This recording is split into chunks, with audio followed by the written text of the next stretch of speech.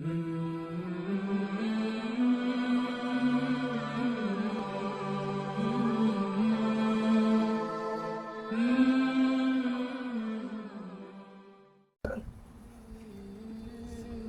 لله رب العالمين، والصلاة والسلام على أشرف الأنبياء والمرسلين وعلى آله وأصحابه وأزواجه وذرياته وأهل بيته أجمعين. أما بعد، فقد قال الله تبارك وتعالى في القرآن المجيد والفرقان الحميد: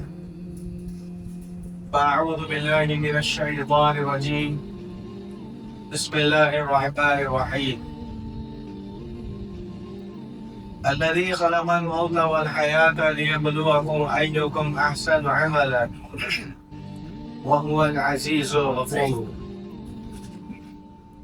وقال الله تعالى: لئن شكرتم لأزيدنكم ولئن كفرتم إن عذابي لشديد. صدق الله مولانا العظيم، وصدق رسوله النبي الكريم، ونحن على ذلك من الشاهدين والشاكرين، والحمد لله رب العالمين. محترم حاضرین اکرام، معزز بزرگوں اور میرے دینی بھائیوں، ہم سب مل کر وجہ تخلیق کائنات سرور کون و مکان تاجدار مدینہ خاتم النبیین سید المرسلین شفیع المذنبین صلی اللہ علیہ وسلم کی خدمت میں ایک مرتبہ نذران عقیدہ درود شریف پیش کریں: اللہم صلی علی سیدنا شفیعنا و حبیبنا و نبینا و مولانا محمد و بارک وسلم. اللہ تبارک و تعالیٰ نے قرآن مجید و فرقان حمید کو ہم تمام کی ہدایت کے لیے نازل فرمائے. میرے اور آپ کے آقا حضور پرنور صلی اللہ علیہ وسلم کو رب العالمین نے رحمت للعالمین بنا و مبعوث فرمائے. اللہ تبارک و تعالیٰ نے اسی کلام پاک کے اندر ایک آیت ایسی نازل فرمائی جس میں غور فکر کرنا ہے، اس کے معنی اور مفہوم پر توجہ کرنا، اور توجہ اس بات کی ہمیشہ کرنی ہے یہ جو ہم سمجھ رہے ہیں اللہ نے جو زندگی ہم کو دی ہے، اللہ نے ہمارے اوپر کیا کیا چیزیں جس طرح سے ہم زندگی گزار رہے ہیں، کیا اللہ کے بتائے ہوئے قانون کے مطابق گزار رہے ہیں یا اپنی منمانی زندگی گزار. تو اللہ تبارک و تعالیٰ نے قرآن مجید کے اندر یہ آیت نازل فرمائی: الذی خلق الموت والحیات.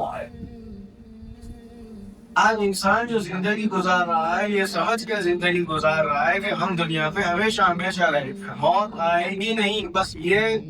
غلط خیالی میں ہم زندگی گزار رہے. ہمارے سامنے کتنے ایسے جنازے آتے ہیں، چلے جاتے ہیں،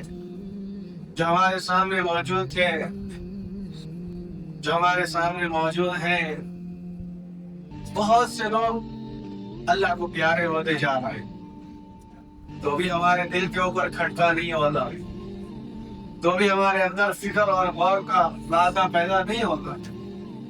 تو اللہ تبارک و تعالیٰ نے فرما دیا: میں نے ہی انسانوں کو پیدا کیا اور ہم ہی جو ہے انسانوں کا خاتمہ کر. تو یہ آیت جو نازل کی گئی الذی خلق الموت، اللہ تبارک و تعالیٰ نے موت کو بھی اللہ نے بنایا، اور حیات جو زندگی ہم جی رہے ہیں یہ اس کا بنانے والا بھی اللہ ہے. اب یہ دونوں چیزیں دینے کے بعد یہ سمجھایا جا رہا ہے لیبلوکم ایکم احسن عملا. ہم دیکھنا چاہتے ہیں کہ تم میں سے کون ہے جو اچھے اعمال کرنے والا ہے. احسن عمل، عمل تو کام تو بہت سارے ہم سے ہوتے رہتے ہیں، لیکن اچھے کام ہم سے کتنے ہو رہے ہیں؟ اچھائی کی طرف ہم کتنے لوگوں کو بلا رہے ہیں؟ ہم خود اللہ تبارک و تعالی اور اس کے پیارے نبی صلی اللہ علیہ وسلم کے بتائے ہوئے اچھے کاموں میں سے کتنے اچھے کام کروائے؟ دنیا کے حالات دیکھ لیجیے آپ، کئی لوگ آ رہے ہیں جا رہے ہیں، پھر بھی ہماری زندگی میں کوئی تبدیلی نہیں آتی۔ کتنے سال کی زندگی، آج کو دیکھا یہ جا رہا ہے کہ پہلے اللہ تبارک و تعالیٰ اگر بیماری دیتا تو کچھ مہلت دیتا کہ اس کو دواخانے لے جاتے، کچھ تیمارداری ہوتی، کچھ آپریشن ہوتے، ہڈی ٹوٹی تو جڑائی جاتی۔ اب ایسا معاملہ نہیں رہا، بس بیٹھے رہے، اچانک ہارٹ اٹیک ہو گیا، بس انسان گر گیا۔ آپ دیکھ لیجیے ہارٹ اٹیک کی بیماری بہت ہو رہی ہے۔ تو اب اللہ تبارک و تعالیٰ مہلت دینے والے نہیں ہیں، اب تک بہت مہلت دے چکے، ہم کو جو ہے موت کی تیاری ہمیشہ کرتے رہے، اٹھتے بیٹھتے چلتے پھرتے ہر جگہ ہم کو یہ اللہ تبارک و تعالیٰ کے حضور میں سوچنا ہے کہ میں اللہ کے سامنے جاؤں گا تو کیا منہ دکھاؤں، اللہ کے سامنے بیداری پیشے پہ جب مجھے ڈرایا جائے تو وہاں پر میرے ساتھ کیا معاملہ ہوگا، میدان محشر پہ جب میرا حساب کتاب ہوگا تو کس حالت میں ہوگا۔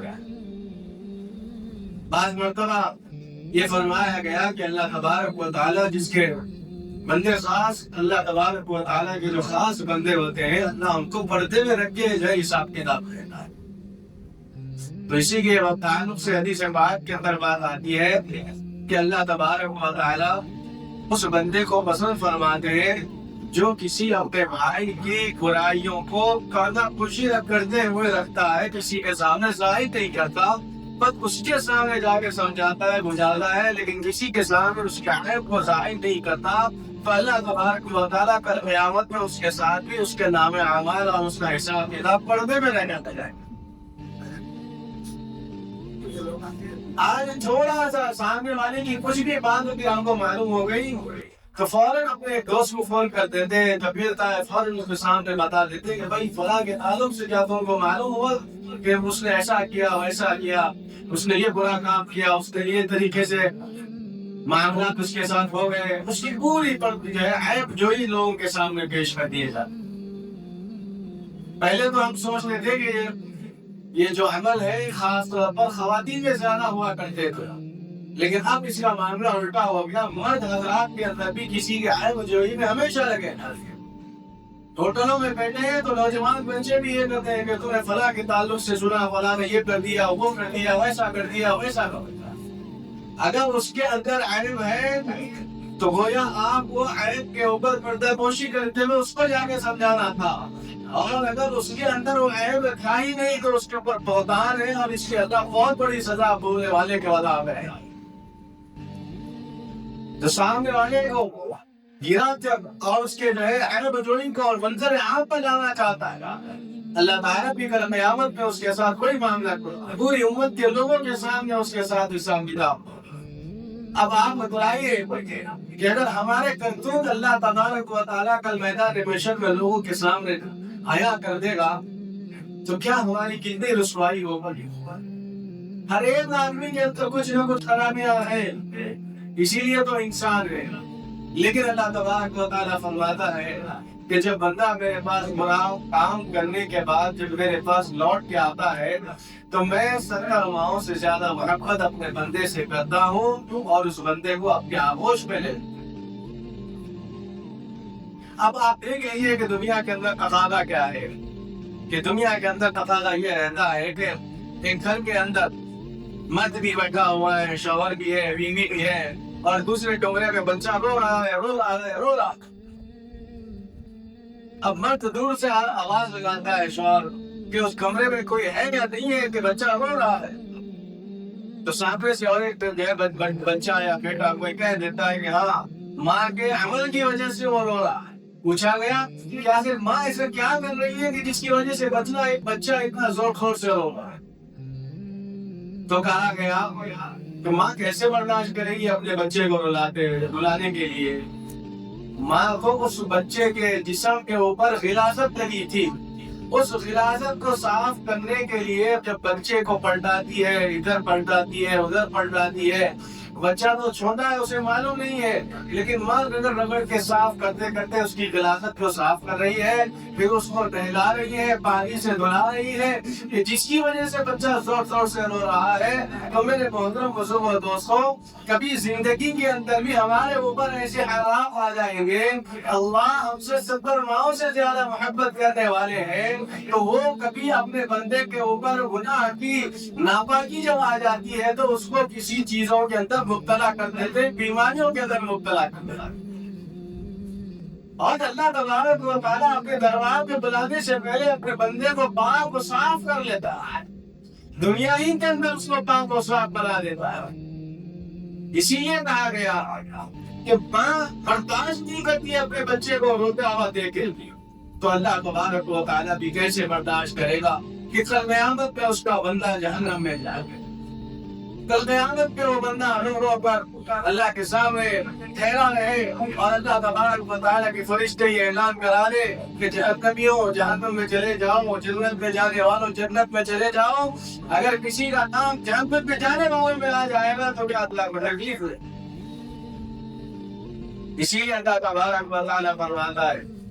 لِيَبْلُوَكُمْ أَيُّكُمْ أَحْسَنُ عَمَلًا، میں دنیا کے اندر زندگی اور موت دیں گے اس طرح سے اپنے بندوں کو آزمانا ہوں کہ تم کون سے اچھے اعمال کر کے میرے پاس کرو۔ وَهُوَ الْعَزِيزُ الْغَفُورُ، ہمارا رب تو بڑا زبردست ہے، بہت بڑا معاف کرنے والا ہے۔ اللہ تبارک و تعالیٰ کی بڑا غفور رحیم ہے۔ کیا آپ دیکھ لیجئے کہ کئی ایسے لوگ ہیں علامہ کے تعلق سے حضرات صحابہ اکرام رضوان اللہ تعالی علیہم اجمعین کے واقعات ہم نے سن لیے۔ اللہ کے نبی صلی اللہ علیہ وسلم کے پاس یہ بات پہنچی کہ علامہ کو ان کی زبان سے آخری وقت پہ کلمہ جاری نہیں ہو رہا۔ پوچھا گیا کہ کلمہ کیوں جاری نہیں ہو رہا؟ کہا گیا کہ وہ اپنی ماں کو بہت ستایا، ماں کی نافرمانی کرتا، ماں کو برا بھلا کہتا ہے، البتہ ماں کی کوئی خدمت نہیں کرتا۔ تو گویا آخری وقت ہے، لوگوں نے آ کر اللہ کے نبی صلی اللہ علیہ وسلم کے سامنے عرض کرنے لگے، یا رسول اللہ، علامہ کا آخری وقت ہے، غلطرہ ہے، سکان کے موقع میں ہے، کھڑا ہوا ہے، اور اس کی زبان سے کوئی حرکت نہیں ہو رہی ہے۔ کتنے ہی لوگ آ رہے ہیں، کلمہ پڑھانے کی کوشش کر رہے ہیں، لیکن کلمہ جاری اور ساری نہیں ہو رہا ہے۔ میرے محترم بزرگوں اور دوستوں، دنیا کے اندر قیامت تک کے آنے والے انسانوں کے لیے اس کے اندر ایک پیغام چھپا۔ ہم سمجھتے نہیں ہیں، جو بچے ابھی جوان ہو رہے ہیں، جن کے ماں باپ زندہ ہیں، ان کے لیے میرا پیغام ہے کہ دنیا میں جب تک ہم رہیں، ماں باپ کو کوئی ذرا برابر کی تکلیف